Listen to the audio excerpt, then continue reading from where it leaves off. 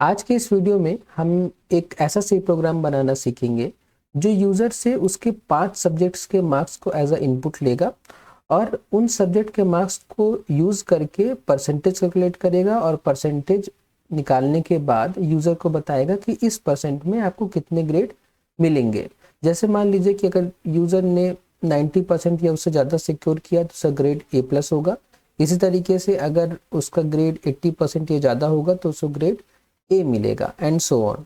तो इस प्रॉब्लम के लिए जो हमारा टारगेट आउटपुट होगा वो कुछ इस तरीके से होगा कि हम यूज़र से उसके 5 सब्जेक्ट के मार्क्स एंटर करने के लिए बोलेंगे। जब यूज़र हमें 5 सब्जेक्ट के मार्क्स एंटर करके दे देगा तो हमारा काम होगा कि हम उसको बताएं कि उसको कितने परसेंटेज मिले हैं और उस परसेंटेज में उसको कितने ग्रेड मिले हैं। तो इस पर्टिकुलर प्रॉब्लम के सॉल्यूशन को जब हम सी लैंग्वेज में इम्प्लीमेंट करना शुरू करेंगे तो हमारा जो सबसे पहले काम होगा वो होगा कि यूज़र से जो हम 5 सब्जेक्ट के मार्क्स मांग रहे हैं इनपुट में, तो हम उन मार्क्स को स्टोर करने की व्यवस्था कर लें।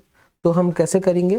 हम फिजिक्स के लिए P नाम का वेरिएबल, केमिस्ट्री के लिए CH नाम का वेरिएबल, मैथ्स के लिए M नाम का वेरिएबल, हिंदी के लिए H नाम का वेरिएबल और कंप्यूटर के मार्क्स को एंटर कराने के लिए C नाम का वेरिएबल बना लेंगे। और पांचों ही वेरिएबल हम मान लेते हैं कि इंटीजर टाइप के हैं। जो यूज़र को मार्क्स मिल रहे हैं वो इंटीजर टाइप के हैं। हमने यूज़र को मैसेज दिया कि please enter the marks of 5 subjects. जब यूज़र हमें 5 सब्जेक्ट के मार्क्स देगा तो हम क्या करेंगे कि उन 5 सब्जेक्ट के मार्क्स को उनके करस्पॉन्डिंग वेरिएबल्स में स्टोर कर लेंगे। अब हमारा अगला काम होगा कि हम यूज़र को बताएं कि उसने कितने परसेंटेज सिक्योर किए हैं। तो अब परसेंटेज निकालने के लिए हमें एक और वेरिएबल चाहिए जो परसेंटेज को स्टोर कर सके, और परसेंटेज जो होता है वो जनरली डेसिमल वैल्यू कंटेन करता है। तो इसलिए हम परसेंटेज स्टोर करने के लिए एक वेरिएबल लेंगे। मान लीजिए कि वो वेरिएबल होता है PER नाम का, PER फॉर परसेंटेज। परसेंटेज निकालने के लिए हमने एक वेरिएबल लिया PER जो कि फ्लोट टाइप का है। इसका मतलब कि ये वेरिएबल डेसिमल वैल्यू कंटेन कर सकता है। तो अब देखिए, परसेंटेज इज इक्वल टू, हम परसेंटेज निकालने के लिए क्या करते हैं कि हम सारे सब्जेक्ट के मार्क्स को ऐड कर देंगे। ऐड करने के बाद टोटल नंबर ऑफ सब्जेक्ट से हम क्या कर देंगे, उसको डिवाइड कर देंगे। तो मैंने क्या किया कि मैंने सारे सब्जेक्ट्स के मार्क्स को आपस में ऐड कर दिया जो हमने अभी यूजर से मांगे थे, और उसके बाद जो टोटल सब्जेक्ट हमारे पास वो 5 है तो हमने 5 से डिवाइड कर दिया। देखिए, अब यहाँ पे एक प्रॉब्लम आएगी क्योंकि हमारा ये फिजिक्स के मार्क्स, केमिस्ट्री के मार्क्स, मैथ और हिंदी और कंप्यूटर के मार्क्स जो हैं वो इंटीजर है, और ये हमारा जो हम जिस नंबर से डिवाइड कर रहे हैं वो भी एक इंटीजर है।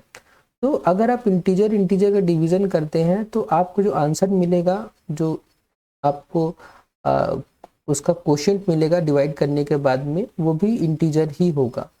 और परसेंटेज नाम का वेरिएबल भले ही फ्लोट है लेकिन वो उस इंटीजर को फ्लोट की तरह स्टोर करेगा, लेकिन जो डेसिमल के बाद वाली वैल्यूज होंगी उसको वो ट्रंकेट कर देगा।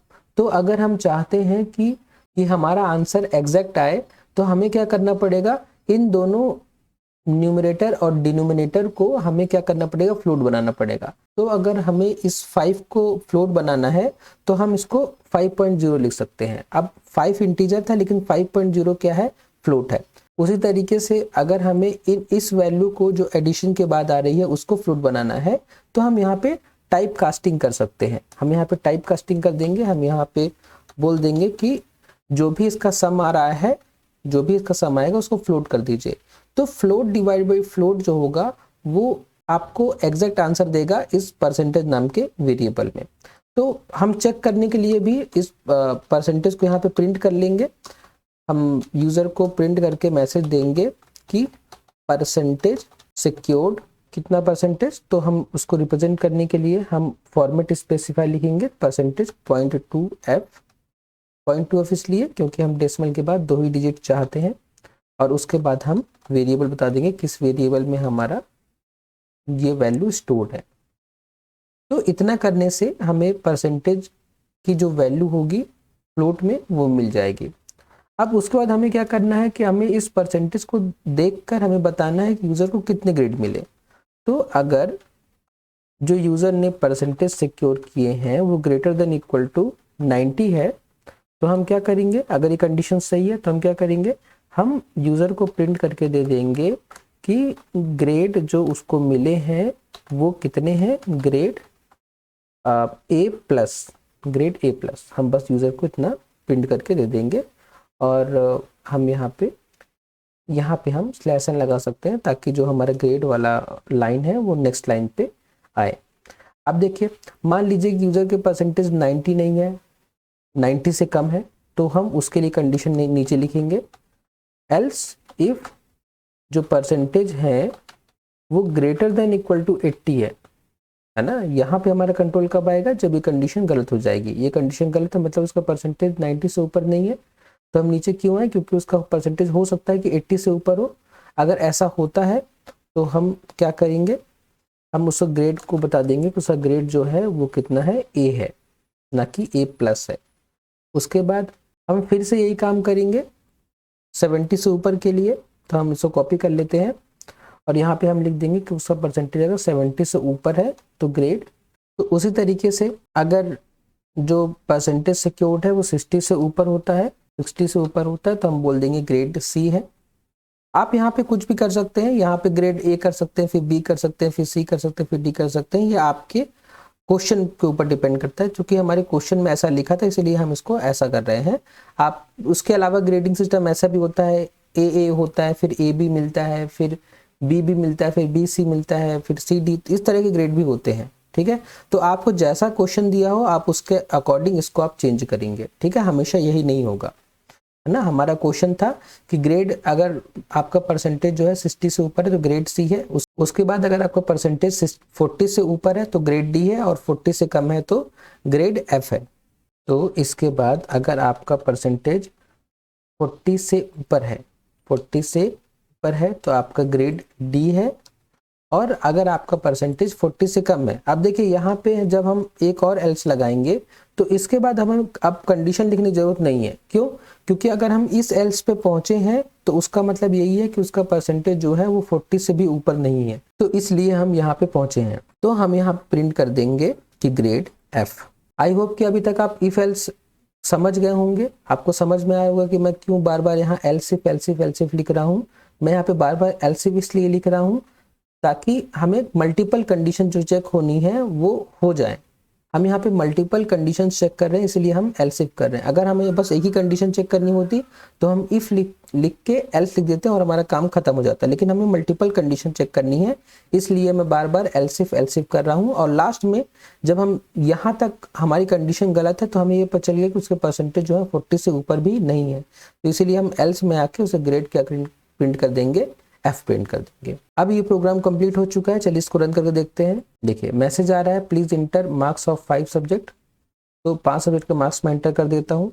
ये मार्क्स एंटर करने के बाद मैसेज क्या आया, परसेंटेज सिक्योर्ड इक्वल टू 56.40 और ग्रेड जो है डी है। एकदम सही है। हमने क्या बोला था कि अगर परसेंटेज जो है वो 40 से ऊपर है, देखिए ये वाली कंडीशन सही होगी। देखिए ये कंडीशन गलत हो जाएगी, क्यों गलत हो जाएगी, क्योंकि उसके परसेंटेज 60 से ऊपर नहीं है। 56.0 में ये कंडीशन गलत हो जाएगी। परसेंटेज की वैल्यू क्या है, 56.40, कंडीशन गलत यहाँ पे आए और ये कंडीशन सही हो जाएगी क्योंकि उसका परसेंटेज 40 से ऊपर है, इसलिए ग्रेड जो है डी प्रिंट हो गया। तो इन इनपुट के लिए हमारा प्रोग्राम एकदम सही चल रहा है। तो ऐसे ही सारे इनपुट्स के लिए ये प्रोग्राम हमारा सही चलेगा। आप सारे इनपुट्स को आप एंटर करके देख सकते हैं, आपको एकदम सही रिजल्ट मिलेगा आपके प्रोग्राम्स के हिसाब से। अब अगर आपको आज का वीडियो समझ में आया है तो ये आपके लिए एक प्रॉब्लम है, ये प्रैक्टिस प्रॉब्लम है आपके लिए। ये प्रॉब्लम भी बिल्कुल वैसे ही जैसे हमने आज की प्रॉब्लम सॉल्व करी है। तो अगर आपको आज की प्रॉब्लम समझ में आई है तो आप बहुत आसानी से इस प्रॉब्लम को सॉल्व कर लेंगे। इस प्रॉब्लम में हमें करना क्या है कि हमें यूज़र से उसकी बेसिक सैलरी मांगनी है। यूज़र से हम उसकी बेसिक सैलरी मांगेंगे। अगर यूज़र की बेसिक सैलरी 10,000 या उससे कम है तो हम उसको HRA 10% और DA 70% देंगे। मतलब 10%, मतलब 10,000 का 10% उसका HRA होगा और 10,000 का 70% उसका DA होगा। हमें फिर जो उसकी ग्रॉस सैलरी होगी वो 10,000 प्लस जो उसका HRA बना वो और जो उसका DA बना वो ऐड करके जो आएगा वो उसकी ग्रॉस सैलरी होगी। तो बहुत इजी प्रॉब्लम है, आप इसको खुद से सॉल्व करने की कोशिश करिए। अगर आप इसको सॉल्व कर लेते हैं तो आप मुझे कमेंट बॉक्स में पोस्ट करके बताइए कि आपने कैसे सॉल्व किया है। और अगर आप इस प्रॉब्लम को सॉल्व नहीं कर पाते हैं तो नेक्स्ट वीडियो में आपको इसका सॉल्यूशन बताऊंगा। तब तक के लिए थैंक्स फॉर वॉचिंग।